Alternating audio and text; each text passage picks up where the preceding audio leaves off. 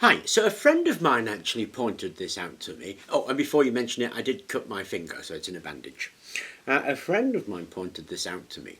He drew my attention to a thing that they're selling on Amazon and eBay, and apparently we're entering a second wave of COVID, so this struck me as cashing in, it really did. But it's a little kit for making your own sanitizer, and that's how they're describing it. Make your own sanitizer from water and salt and our kit. And they're selling this thing for 20 quid. And I thought, wow, £20, that's like $25, $30, something like that. That's a crazy amount of money for what it actually is, and how simple that would be to actually make from basically things you've got lying around your home. So he said to me, can you have a look at it, Rob? And I said, yeah, sure, I'll have a look, see what we can come up with. Now, the basic idea is you take a bit of salt, you take a bit of water, you electrolyse it, and you'll get yourself a sanitizer. It is, in fact, sodium hypochlorite, which is just ordinary household bleach. Now, to allay any fears that people have, sodium hypochlorite at a range of about 0.5 to 0.8% solution. So what you buy in the local store is household bleach and is deemed perfectly safe for human use. I mean, don't go drinking it or injecting it, okay?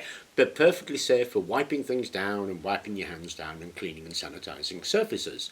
It's actually what's used in swimming pools more often than not. That's that chlorine smell that you get in swimming pools.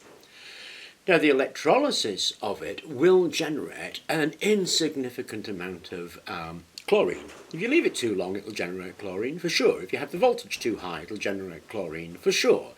But if you keep the voltage down and you don't give it a long time, you will not be generating clouds of poisonous gas. What you'll be doing is making household bleach that this kit encourages you to make, and it is actually a very good surface sanitizer. So you'll be making your own surface sanitizer. And like I say, it is just stunningly simple to do. Now what you need is 250 millilitres of ordinary tap water, 10 grams of ordinary table salt, and that's what's in this beaker here. And you add one to the other, give it a stir, and wait until it goes nice and clear. So that's just salt water. To turn that into a sanitizer, what we need to do is apply an electrical current to it, somehow. It's a bit challenging on the how, because if you use something like stainless steel, you're going to have the worries about chrome salts. If you use iron, it's going to go dirty. If you use copper, it's going to go blue. If you're going to nickel, it's going to go green. And there's just this whole list of things to find that you could actually use. Now, it turns out one of the best and easiest things to use is the inside of this. It's a pencil lead. It's actually graphite and clay. It works really well, particularly if you're looking at HBB, so you can use the inside of a pencil lead. Now, I've got some of these things. These are, in fact, battery electrodes that have never been used. If you pull a battery electrode out of a battery, I'm guessing you could use that as long as you burn off the waxes in there first by cooking it in an oven or playing a blowtorch over it. But this is just straightforward graphite and clay, a bit of wax, used for the internals of batteries, and I have a load of these, so I'm going to use these. It is, in fact, pretty much the same material in here as is in here. If you find this a bit of a challenge to use, well, use a carpenter's pencil. That's a big flat piece of this stuff.